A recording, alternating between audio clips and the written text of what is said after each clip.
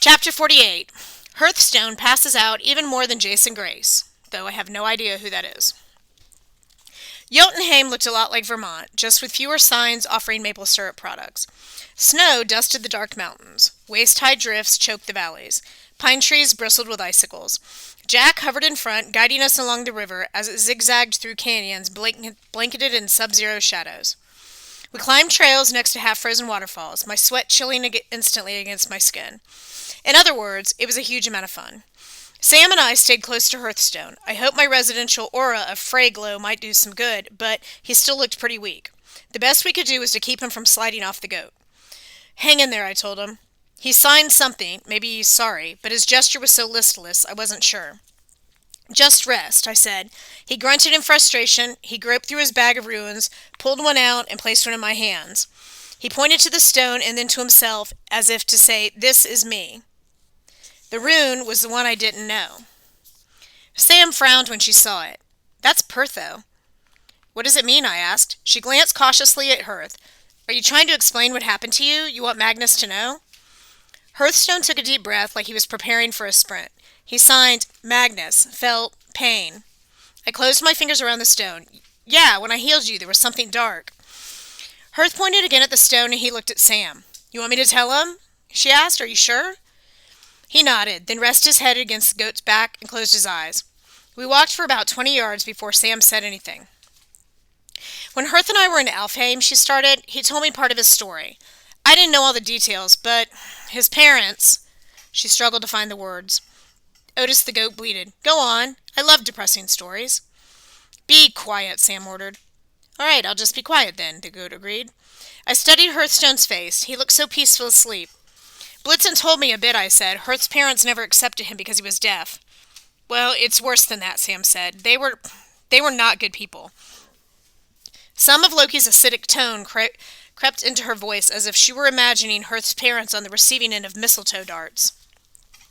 Hearth had a brother, Andiron, who died very young. It wasn't Hearthstone's fault, but his parents took out their bitterness on him.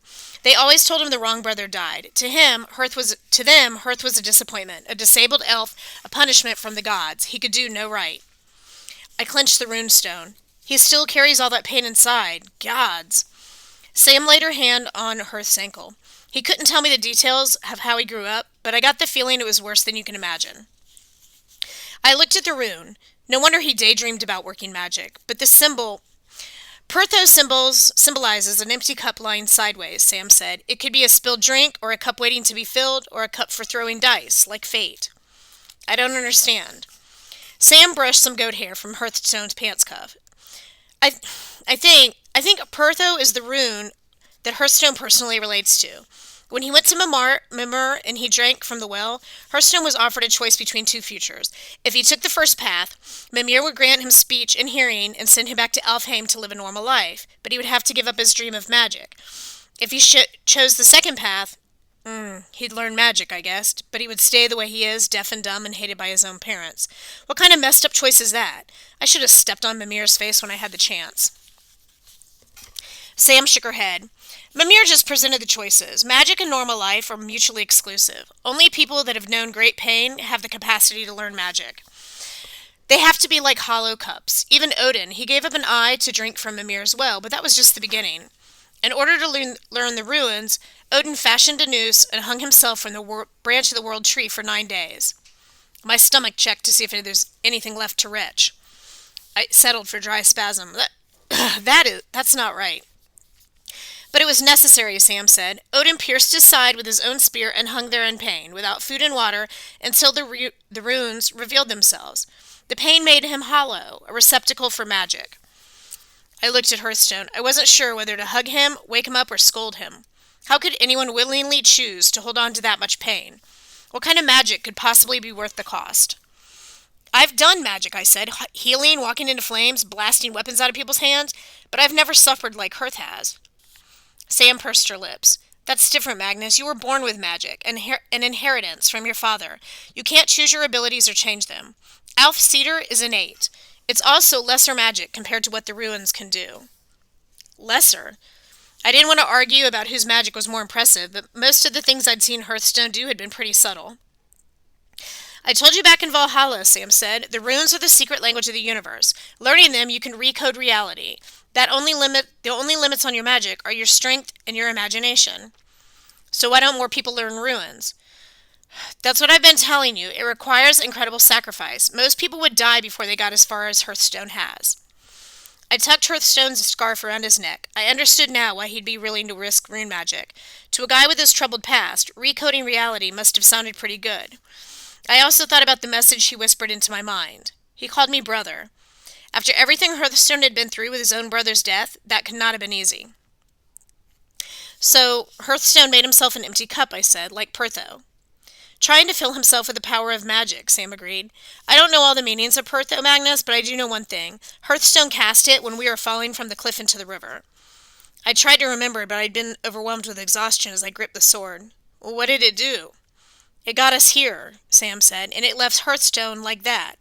She nodded to his snoring form. I can't be sure, but I think Pertho is, what do Christians call it? A Hail Mary pass. He was throwing that rune like you would throw dice from a cup, turning our fate over to the gods. My palm was now bruised from clenching the stone. I still wasn't sure why Hearthstone had given it to me, but I felt a strong instinct to keep it for him, if only temporarily. No one should carry that kind of fate alone. I slipped the rune into my pocket. We trekked through the wilderness in silence for a while. At one point, Jack led us over the river on a fallen tree trunk. I couldn't help looking both ways for giant squirrels before crossing. In places, the snow was so deep we had to hop from boulder to boulder, while Otis the goat speculated about which one of us would slip, fall, and die first. I wish you would be quiet, I muttered. I also wish we had snowshoes. You'd need Uller for that, said the goat. Who? The god of snowshoes, said Otis. He invented them. Also archery. I don't know, other stuff.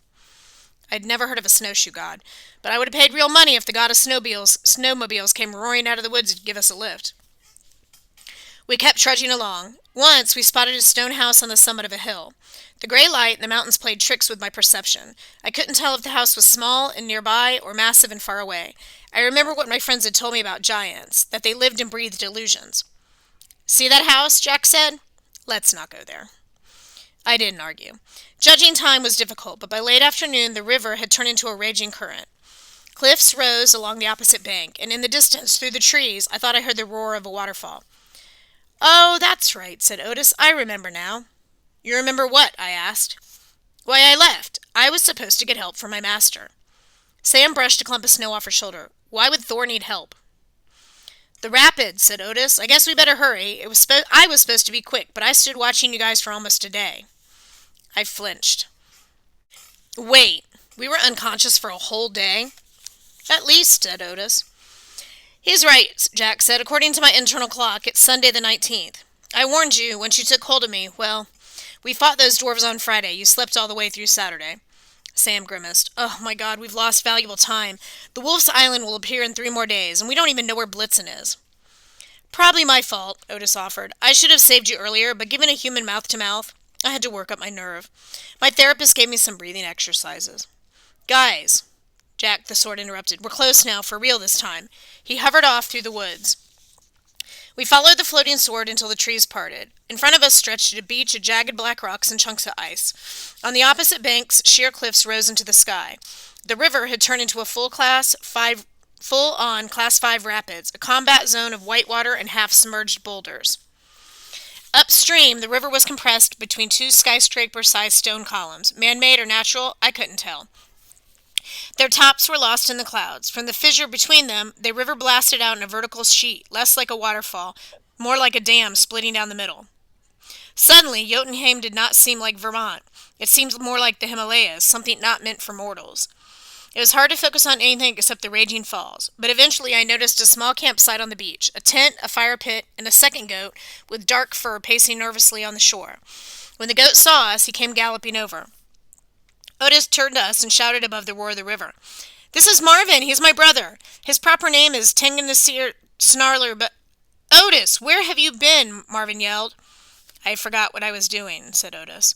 Marvin bleated in exasperation. His lips were curled into a permanent snarl, which, gee, I don't know, might have been how he got the name Snarler. This is the help you found? Marvin fixed his yellow eyes on me. 2 scrawny humans and a dead elf? He's not dead, I yelled. Where's Thor? "In the river," Martin pointed with his horns. The god of thunder's about to drown, and if you don't figure out a way to help him, I'll kill you. By the way, nice to meet you."